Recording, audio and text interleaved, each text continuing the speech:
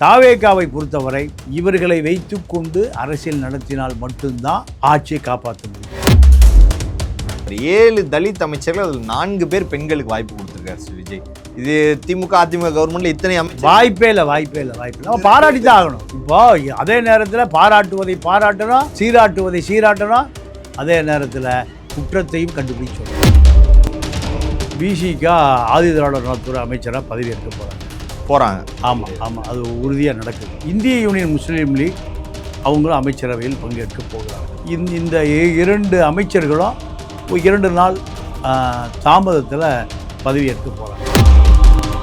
ஆனால் திரும்ப எப்போதுமே இந்த பக்கம் ஒன்று இந்த பக்கம் ஒன்று தான் சார் பேசுவார். இங்கிட்டு தாவேகாவுக்கும் ஆதரவுன்ற மாதிரி பேசுவார். இங்கிட்டு திமுக பக்கம் தான் திமுக கூட்டணியில் இருக்குன்னு தானே சார் பேசுவார். திமுக அவளை இனிமேல் எந்த காலத்துலேயும் அதிகாரத்துக்கு வர முடியாது. இதை தெளிவாக தெரிந்து கொண்டு இவருடைய தலித் இளைஞர்களை இவருக்கு முந்தி போய் எங்கே போய் சேர்ந்தான், தாவேகா போய் சேர்ந்தான். ஆக திமுக கூட்டணி நிரந்தரமாக முறிந்து விட்டது. எந்த கூட்டாளியும் இல்லை. வாக்கு சதவீதம் 3ஆக பிரிக்கப்படுகிற பொழுது திமுக 3க்கு கீழே போகும். திமுகவுடைய வாக்கு வங்கி நீங்கள் 10% தான் நிரூபிக்க முடியும். முஸ்லீம் லீக் மட்டும்தான் 14%. இப்போ அந்த முஸ்லீம் லீக் உடைக்கப்பட்டு தாவேகாவுக்கு சென்றால் திமுக எந்த காலத்திலையும் ஆட்சி அதிகாரம் என்ற கற்பனை கூட செய்து பார்க்க முடியும். இன்ஸ்டாகிராம்னால தான் தோத்தோம் அப்படின்னு சொல்கிறாங்களே, அது உண்மையா சார்? இன்ஸ்டாகிராம்னால தான் தோத்தது அவங்க காரணம், அதுவும் ஒரு காரணம். நீங்கள் ஊழலே பண்ணலையா? இப்போ திமுக அவர்களுக்கு இதை விட இன்ஸ்டாகிராம் வச்சுருந்தாங்களே. சன் டிவி, கலைஞர் டிவி, பெண் டிவி, இப்படி பல டிவி வச்சுருந்தாங்க. 50 பேர் எனக்கு தெரிஞ்சு மூத்த பத்திரிகையாளர்கள் பூரா திமுக வரும் மூச்சுக்கு 300 பேசிட்டு இருந்தாங்க. இது திமுகவுக்கு மைனஸாக தான் இருக்கும். ஏன்னா ஊழல் சொல்லுகிறவர்கள் ஊழல்வாதிகள் இன்னும் ஊழல் சொல்லக்கூடாது.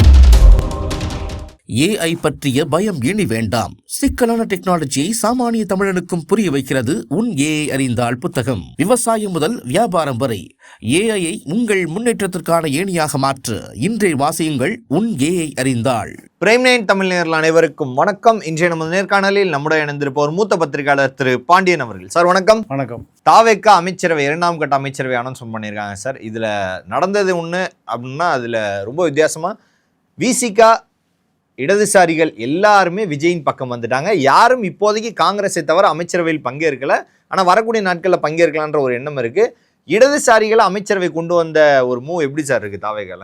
இல்லை, இடதுசாரிகளில் பிசிகா ஆதி திராவிடர் நலத்துறை அமைச்சராக பதவியேற்க போகிறாங்க. ஆமாம் அது உறுதியாக நடக்குது. இந்திய யூனியன் முஸ்லீம் லீக் அவங்களும் அமைச்சரவையில் பங்கேற்க போகிறார்கள். அதுவும் உறுதியாகி போச்சு. இந்த 2 அமைச்சர்களும் 2 நாள் தாமதத்தில் பதவியேற்க போகிறாங்க. இந்த அமைச்சரவையில் விசிகாவுக்கு 2 வாரியம் கொடுப்பதாக ஒப்பந்தம் கொடுக்கப்பட்டிருக்கு. அதாவது சிந்தனை செல்வம் SS பாலாஜி 2 பேரும் வாரிய தலைவர் ஆகிறார்கள். ஆக திமுக கூட்டணி நிரந்தரமாக முறிந்து விட்டது. நிரந்தரமாக. ஏன்னா அது இனிமேல் தேராது. திமுக இனி அங்கே இருக்கக்கூடிய சிறுபான்மை முஸ்லீம் வாக்குகளையும் வெளியேறிவிட்டால் அது ஒரு சீமான் கட்சியாக மாறிடும். என்ன காரணம்னா அந்த வலிமையான கூட்டணி அப்படியே காங்கிரஸ், 2 கம்யூனிஸ்டுகள், விசிகா, இந்திய யூனியன் முஸ்லீம் லீக், இப்போ வைகோவை தவிர. ஆமாம், ஏன்னா அவர் சின்னம் உதயசூரியனில் போட்டிட்டு. இதுதான் இன்றைய யதார்த்த நிலை. தாவேகாவை பொறுத்தவரை இவர்களை வைத்துக்கொண்டு அரசியல் நடத்தினால் மட்டும்தான் ஆட்சியை காப்பாற்ற முடியும். சனாதன எதிர்ப்பு, சாதி எதிர்ப்பு, திமுக எதை சொல்லி கொண்டு இருந்ததோ அதை இப்போ யார் சொல்ல போகிறான்? விஜய் சொல்ல போகிறார். அந்த திமுகவில் இருந்த இந்த சனாதன எதிர்ப்பாளர்கள் யார்? பரம்பரை சனாதன எதிர்ப்பாளர்களான விசிகா, 2 கம்யூனிஸ்டுகள், காங்கிரஸ். இதுதான் சனாதன எதிர்ப்பு, பாஜக எதிர்ப்பு. இந்திய யூனியன் முஸ்லீம் லீக் இத்தனையும் இப்போ தாவேகா பக்கம் வந்துருச்சு. வந்த பிறகு திமுக வேறு இப்போ கூட்டாளிகளே இல்லை. எந்த கூட்டாளியும் இல்லை. இப்போ வாக்கு சதவீதம் 3ஆக பிரிக்கப்படுகிற பொழுது திமுக 3க்கு கீழே போய் திமுகவுடைய வாக்கு வங்கி நீங்கள் 10% தான் நிரூபிக்க முடியும். முஸ்லீம் லீக் மட்டும்தான் 14%. இப்போ அந்த முஸ்லீம் லீக் உடைக்கப்பட்டு தாவேகாவுக்கு சென்றால் திமுக எந்த காலத்திலையும் ஆட்சி அதிகாரம் என்ற கற்பனை கூட செய்து பார்க்க முடியாது. இதுக்கு அடித்தளமிட்டதை இந்த கம்யூனிஸ்டுகளும் விசிகாவும் தான். விசிகா நீங்கள் 100% திமுக விட்டு வெளியேறிவிட்டு 100%. நீ ஏன்னா இந்த 5 பேர் கொண்ட கமிட்டி தான். யார்? வன்னியரசு, SS பாலாஜி, சிந்தனை செல்வன், ரவிக்குமார், ஆளூர் சாணம், இவங்க ஊரே இப்போ எங்கே வந்துட்டாங்க? விஜய்டா எல்லா ஆதவ அர்ஜுனா வீட்டில் பெர்மனண்ட்டாக டேரா அடிச்சிட்டாங்க. ஆனால் திரும்ப எப்போதுமே இந்த பக்கம் ஒன்று இந்த பக்கம் ஒன்று தான் சார் பேசுவார். இங்கிட்டு தாவேக்காவுக்கும் ஆதரவுன்ற மாதிரி பேசுவார், இங்கிட்டு திமுக பக்கம் தான் திமுக கூட்டணியில் இருக்குன்னு தானே சார் பேசுவார். இல்லை, இதுவரை பேசிகிட்டு இருந்தார். இப்போ மந்திரி பதவி கொடுப்பதற்காக, வாரியம் கொடுப்பதற்காக வாக்களித்த பிறகு, வாக்குறுதி அளித்த பிறகு திமுக அவளை இனிமேல் எந்த காலத்திலையும் அதிகாரத்துக்கு வர முடியாது. இதை தெளிவாக தெரிந்து கொண்டு இவருடைய தலித் இளைஞர்களை இவருக்கு முந்தி போய் எங்கே போய் சேர்ந்துட்டான்? தாவேக்கா போய் சேர்ந்துட்டான். அப்போது இவரை தனித்து விடப்படுவார். இவருடைய திமுக பக்கம் இருந்தார்னா தலித்து தலைவர் என்கின்ற தகுதியை கூட தக்க வைக்க முடியாது. 4.5% 1.5% வந்துருச்சு சார் ஓட் பர்சன்டேஜ் 2021 2026க்குள்ள. அவ்வளோ டிஃப்ரெண்ட் இருக்குது. திரும்ப அவர்கள் விஜய் பக்கம் போனது ஒரு சரியான மூவ்னு நினைக்கிறீங்களா சார்? வேறு வழி இல்லை. மூவெல்லாம் 2வது விஷயம். வேறு இப்போ எப்படி இந்த 24 எம்எல்ஏகளுக்கு வேறு வழி இல்லை. இந்த பக்கம் வழி இல்லை, அந்த பக்கம் வழி இல்லை, மொத்தமாக சேர்த்துல இறங்கிட்டாங்க. வேறு அதே தான். அப்போ அதே தான் தாவேக்கா பக்கம் இவர் வழினா கூட வன்னியரசு உட்பட அத்தனை பேரும் பதவிக்காக நேரம் எங்கே போய் சேர்ந்துட்டாங்க? விஜய் அவர்கள் பக்கம். இதுதான் நடந்தது. இப்போது இந்த ஆதியாளர் நலத்துறை என்பது தாழ்த்தப்பட்டவர்களுக்காக மட்டுமே ஒதுக்கப்பட்ட கொடுக்கப்படுகிற துறையாக திராவிட இயக்கத்தில் இருந்தது. விசிகா அதை எதிர்க்கணும். ஆனால் அவர்களும் அதை இதுதான் வரலாற்று தவறு. எந்த தலித்துக்களுக்கு இனி ஒரு பெரிய அடிப்படை வாழ்வாதாரமோ கல்வி வேலைவாய்ப்போ அல்லது அந்த தலித் என்ற இழிவோ துடைக்கப்படுமா விஜய் அதிகாரத்துக்கு வந்த பிறகு? நடக்குமா? ஏன்னா அத்தனை தலித்துக்களும் சட்டமன்ற உறுப்பினர்களாக, அமைச்சர்களாக அதிகாரத்துக்கு வந்திருக்காங்க. உண்மை சார். 7 தலித் அமைச்சர்கள், அதில் 4 பேர் பெண்களுக்கு வாய்ப்பு கொடுத்துருக்காரு சார் விஜய். இது திமுக அதிமுக கவர்மெண்ட்டில் இத்தனை அமைச்சர் வாய்ப்பே இல்லை. நம்ம பாராட்டி தான் ஆகணும். இப்போ அதே நேரத்தில் பாராட்டணும், நான் சீராட்டணும். அதே நேரத்தில் குற்றத்தையும் கண்டுபிடிச்சு சொல்லணும். இப்போது 781 மதுபான கடைகள் எடுக்கப்பட்டிருக்கு. இப்போ அது எங்கள் கோயிலுக்கு பக்கத்தில், பள்ளிக்கூடத்துக்கு பக்கத்தில், மருத்துவமனை பக்கத்தில் இப்போ 751 கடைகளும் வேறு இடம் தேடிட்டு இருக்கான். அப்புறம் இது என்ன ஆச்சு? அந்த கடை நிரந்தரமாக மூடப்படணுமா இல்லையா? மக்கள் என்ன சாராய கடை திறந்து ஆகணும்னு நிற்கிறானா? சாராய ஆலை முதலாளிகளுடைய விருப்பம். அது மெயின் ரோட்டில் தானே விற்கக்கூடாது, நாங்கள் பின்னாடி வச்சு விற்றுக்கிறோம். இங்கே குடிக்கிறோம், அங்கே குடிப்பான்ல. இதுக்கு அது விஜய் ஆட்சி, அது திமுக ஆட்சி இருந்துட்டு போட்டுமே.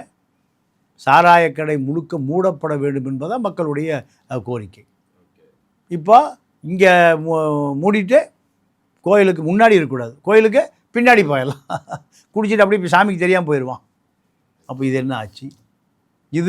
இந்த அலங்கோலங்கள் தொடரக்கூடாதுங்கிறதா மக்களுடைய விருப்பம்.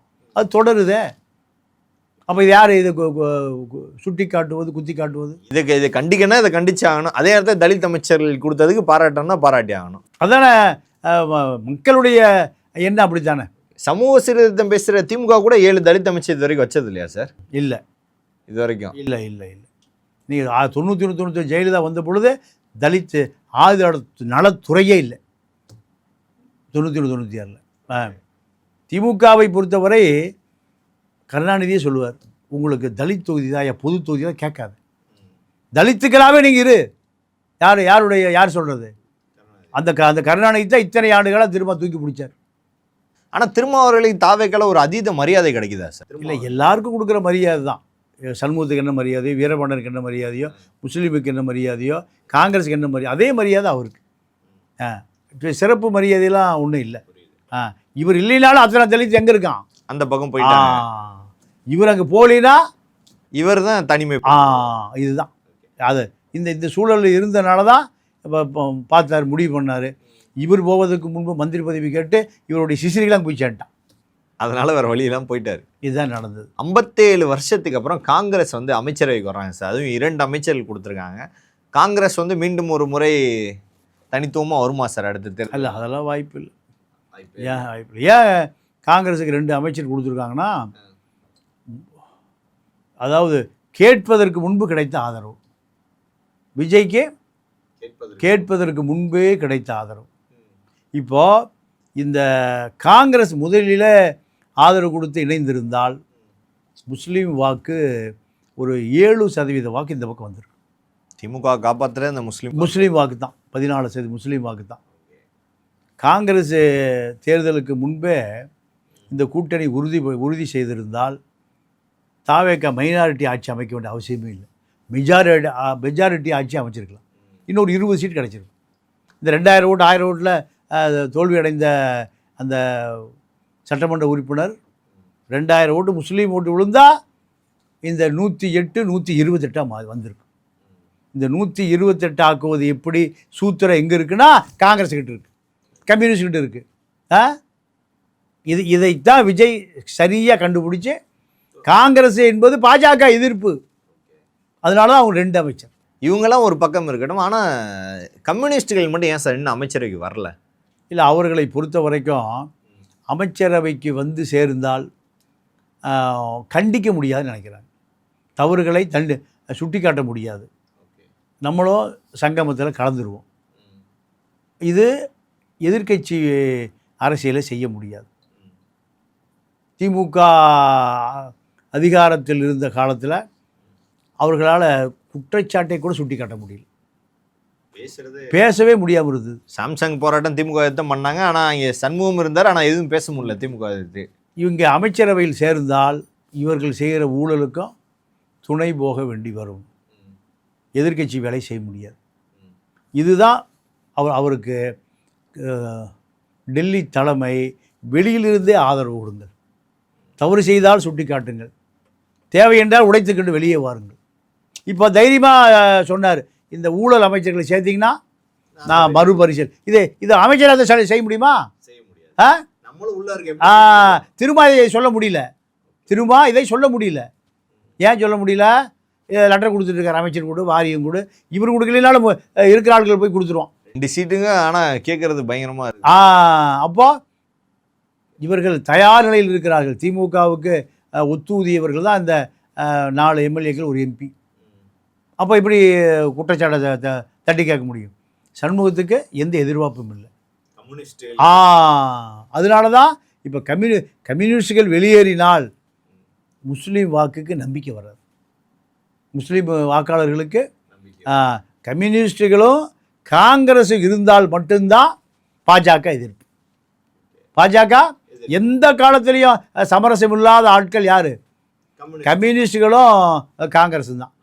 விசிகாவே பாஜக கூட்டணியில் இருந்தது. எப்போ? வாஜ்பாய் கவர்மெண்ட்டில்.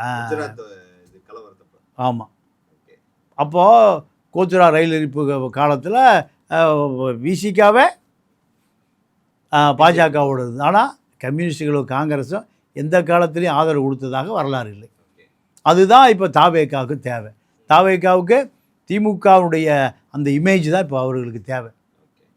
காங்கிரஸோடு கம்யூனிஸ்டுகளோடு இருந்தால் அந்த தகுதி வந்துவிடும்னு முஸ்லீம்கள் நம்புவோம். மொத்தம் வந்து 31லேருந்து 34 அமைச்சரவை எப்போதுமே இருக்குது சார். இப்போ வரைக்கும் 30 அமைச்சரவை கன்ஃபார்ம் ஆயிடுச்சு. இடையில 2 காங்கிரஸ், 28 வந்து தாவேக்கா அமைச்சர்கள் ஆகிட்டாங்க. இந்த பேலன்ஸ் இருக்க 3 விசிகாவுக்கும் ஐயுஎம்எல்லுக்கும் மட்டும்தான் பெண்டிங்கில் இருக்குது. ஆமாம், இந்திய யூனியன் முஸ்லீம் லீக் ஒன்று, விசிகா ஒன்று. இது 2 மட்டும்தான். கம்யூனிஸ்ட்டுகள் ஆதரவு எதிர்பார்க்க இந்த காலத்துலேயும் சிபிஐ சிபிஎம் அமைச்சரவைக்கு உள்ளே போகாது. திமுகவோட நிலை என்ன சார்? திமுக இப்போ பிரதான எதிர்க்கட்சியாக இது ஆமாம், பிரதான எதிர்க்கட்சியாக இப்போ அவர்கள் ரூபம் எடுத்துட்டார்கள். நீங்கள் என்னுடைய இன்னொரு முகத்தை பாருன்னு சொல்லுவாங்கள்ல, அதே போல் இது திமுகவுக்கு மைனஸாக தான் இருக்கும். ஏன்னா ஊழல் சொல்லுகிறவர்கள் ஊழல் இல்லாமல் இருக்கணும், ஊழல்வாதிகள் இன்னும் ஊழல் சொல்லக்கூடாது. ஏதாவது ஒரு குற்றச்சாட்டு வச்சாலே நீங்கள் யோக்கியமாக தான் சார் மக்கள் கேட்குறாங்க. அது ஒரு பெரிய கேள்வியாக இருக்குது. இப்போ திமுக பெரிய விஸ்வரூபம் எடுத்து நாங்கள் ஊழலை ஒழிக்கிறோம்னா, ஐயோ நீயே ஊழல், உன் ஊழலே முதல்ல ஒழிக்க வேண்டியது இருக்குது. அதனால் திமுக எதை செய்தாலும் மக்கள் நம்புவதற்கு தயாராக இல்லை. இன்ஸ்டாகிராம்னால தான் தோத்தோம் அப்படின்னு சொல்கிறாங்களே, அது உண்மையா சார்? இன்ஸ்டாகிராம்னால தான் தோத்ததான் நினைச்சு காரணம், அதுவும் ஒரு காரணம். நீங்கள் ஊழலே பண்ணலையா இப்போ திமுக? அவர்களுக்கு இதை விட இன்ஸ்டாகிராம் வச்சுருந்தாங்களே, சன் டிவி, கலைஞர் டிவி, பெண் டிவி, இப்படி பல டிவி வச்சுருந்தாங்க. 50 பேர் எனக்கு தெரிஞ்சு மூத்த பத்திரிகையாளர்கள் பூரா திமுக வரும் மூச்சுக்கு 300 பேசிகிட்டு இருந்தான். பல கோடி வாரி அரைச்சாங்க. இன்றைக்கி எல்லாம் தாவேகா பக்கம் மாறிட்டாங்க. இதுதான் அரசியல் காரணம். இங்கே ஸ்டஃப் இல்லை. திமுக இப்போ விஜயுடைய கணக்குப்படி முஸ்லீம் வாக்குகள் இடம் வளம் மாறினால் திமுக இன்னொரு சீமான் கட்சியாக அது மாறிவிடும். ஆனால் விஜய் அவர்களுக்கு அரசியல் தெரியாத, அரசியல் பின்புலம் எந்த இதுவும் இல்லை அப்படின்னா, ஆனால் எடுக்கிற முடிவுலாம் பார்த்தீங்கன்னா எல்லா கட்சிகளுக்கும் கொஞ்சம் ஆட்டம் காட்டுற மாதிரி தான் சார் இருக்குது. அதனால தான் ஒரு கேள்வி. அதாவது திமுகவுக்கு ஆலோசகர்கள் இல்லை, அதிமுகவுக்கு ஆலோசகர்கள் இல்லை, விஜய்க்கு நிறைய இவர் உருவாக்கி கொடுத்தார். யார்? அருண்ராஜ். நீங்கள் அண்ணா நகரில் அந்த ஐஏஎஸ் அகாடமியில் பல அதிகாரிகள் வந்து போனாங்க. தேர்தலுக்கு முன்பு பல ஆலோசனை கூட்டம் நடந்தது. இது அப்படியே தொடருது. ஆனால் ஸ்டாலின் யார் சொன்னாலும் கேட்க மாட்டார், எடப்பாடி யார் சொன்னாலும் கேட்க மாட்டார். அவங்க அமைச்சர்கள் சொன்னாதான் கேட்பாங்க. அமைச்சர்களுக்கு பொட்டி தான் வேணும், அமைச்சர்களுக்கு பொட்டி மட்டும்தான் வேணும். அதனால தான் நடுத்தரவில் நிற்கிறான். அரசியலே தெரியாதனால. அரசியல் தெரிஞ்சுதான் ஏன் நடுத்தரவில் நாராயணன் நிற்கிறான்? அரசியலே யாருக்கு அரசியல் தெரியாது. அரசியலை திருடுவது எப்படிங்கிறது கேட்டீங்கன்னா டாக்டரேட் வாங்கிடுவோம். 3 டாக்டரேட். ஹார்வர்டில் போய் மக்கள் சொத்தை எப்படி கொள்ளையடிப்பது, அது எப்படி பாதுகாப்பது, வெளிநாடு வங்கிகள் எப்படி பதுக்குவது கேட்டிங்கன்னா எல்லாம் டாக்டரேட் தான். அமெரிக்காவில் இருக்கிறவங்க ஃபெயில் ஆயிடுவோம். ஹார்வர்டு யூனிவர்சிட்டி படிக்கிறவங்க பூரா ஃபெயில் ஆயிடுவோம். பள்ளிக்கூடத்துக்கே போக போஸ்ட் ஓட்டின செந்தில் பாலாஜி, ராஜேந்திர பாலாஜி, அவங்களாம் டாக்டரேட் அதில் 4 டாக்டரேட் வாங்கிடுவோம். யூனிவர்சிட்டி ஹெச்ஓடியாக வந்துடுவாங்க. அப்போ இவர்கள் எப்படி அரசியல் பண்ண முடியும்? அதனால் திமுகவுடைய அரசியல் முடிந்து போய்விட்டது. தாவேகாவின் அரசியல்ன்றது திமுக அதிமுக ரெண்டுக்குமே ஆபத்தாக தான் முடிஞ்சிருக்கு. இந்த ரெண்டும் சேர்ந்து அந்த 5 வருஷங்களில் இடையில குடைச்சல் கொடுக்க ஆரம்பிப்பாங்களா சார் இன்னும் வரக்கூடிய நாட்களில்? இல்லை, அதாவது திமுக கண்டிப்பாக கொடுக்காது. கண்டிப்பாக. ஏன்னா திமுக வீட்டுக்கு போனார்ல விஜய், உங்களுக்கு நான் பாதுகாப்பு, எனக்கு நீங்கள் பாதுகாப்பு, முடிஞ்சு. உங்கள் ஊழலை நான் தொட மாட்டேன், என்னுடைய ஊழல் நீங்கள் தொடக்கூடாது. இதுதான் 2 பேருக்கு நடந்த டீலிங். அப்போவே திமுக மண்ணள்ளி போட்டாச்சு. 5 வருஷத்துக்கு எந்த ஒரு குடைச்சலும் போட்டாச்சு. மருமனை உள்ளே பிடிச்சி போடக்கூடாது, மகனை உள்ளே பிடிச்சி போடக்கூடாது, பொண்டாட்டி உள்ளே பிடிச்சி பொட்டி கொடுத்தும் பூரா கருணாநிதி குடும்பத்தில் எங்கே பொட்டி கொடுத்தீங்கன்னா அந்த காலத்தில் எல்லாம் தர்மாம்பாள் வீட்டில் கொடுத்தேன், தர்மாம்பாள் வீட்டில் கொடுத்தேன்னா கடைசியில் தர்மாம்பாள் பேரையே கருணாநிதி ராஜாத்தியமெல்லாம் மாற்றிட்டார். சர்க்காரி கமிஷனில் பொட்டி கொடுத்தும் போது எங்கே கொடுத்தான்? சின்ன வீட்டில் அப்படி கொடுத்துட்டு வந்தான். காலிப்பெட்டி 500 பெட்டி இருந்துதான். சூட்கேஸ் கடையில் இருக்கும்போது காலிப்பெட்டி. அதே போல் இப்போ துர்கா வீட்டில் கொடுத்துருக்கான். எல்லாம் பெட்டி கொடுத்தும் பூரா துர்காட்ட தான் பெட்டி கொடுத்துருக்கான். இப்போ துர்காவும் கைது செய்யப்படுவார். இந்த நிலைமை எல்லாம் அப்படிலாம் பண்ணிடாதீங்க. அதனால தான் அதிமுகவோடு கட்சி அழிஞ்சாலும் பரவாயில்ல, குடும்பம் அழியாமல் இருக்கணும். அதிமுகவோடு சேர்ந்துக்கும். எடப்பாடி சிஎம்ஆர் தன்னையை கைது பண்ண மாட்டாங்க. இந்த பாதுகாப்பு, அதாவது டிஃபென்ஸ்னு சொல்லுவான். உன்னை பாதுகாத்து கொள்வதே ஒரு போர் முறை, டிஃபென்ஸ் எடுக்கிறதுன்னு பேர் இதுக்கு, வழக்கறிஞர்கள் மொழியது. அப்போ அதெல்லாம் எவ்வளோ அதுக்கு தேவையே இல்லை. நானே உங்கள் வீட்டுக்கு வர்றேன். திமுக தொட க்ளோஸ், அதிமுக தான் குடைச்சல். திமுகவுக்கு அந்த வாய்ப்பு இருக்குது. எடப்பாடி அதை எப்படி எடுத்துக்கொண்டு போகிறார் என்பதை பொறுத்து தான் அவருடைய எதிர்காலம் இருக்குது. பல்வேறு அரசியல் கேள்விக்கு பல்தமிக்காக மிக்க நன்றி. வணக்கம். குஷி படம் உங்களுக்கு பிடிக்காது? பிடிக்கும், ஆனால் யாருன்னே தெரியாத ஆள் கூடலாம் உட்காந்து என்னால் பார்க்க முடியாது. எனக்கு ரொம்ப அன்கம்ஃபர்டபுளாக இருக்குது. ஜும் ஜும்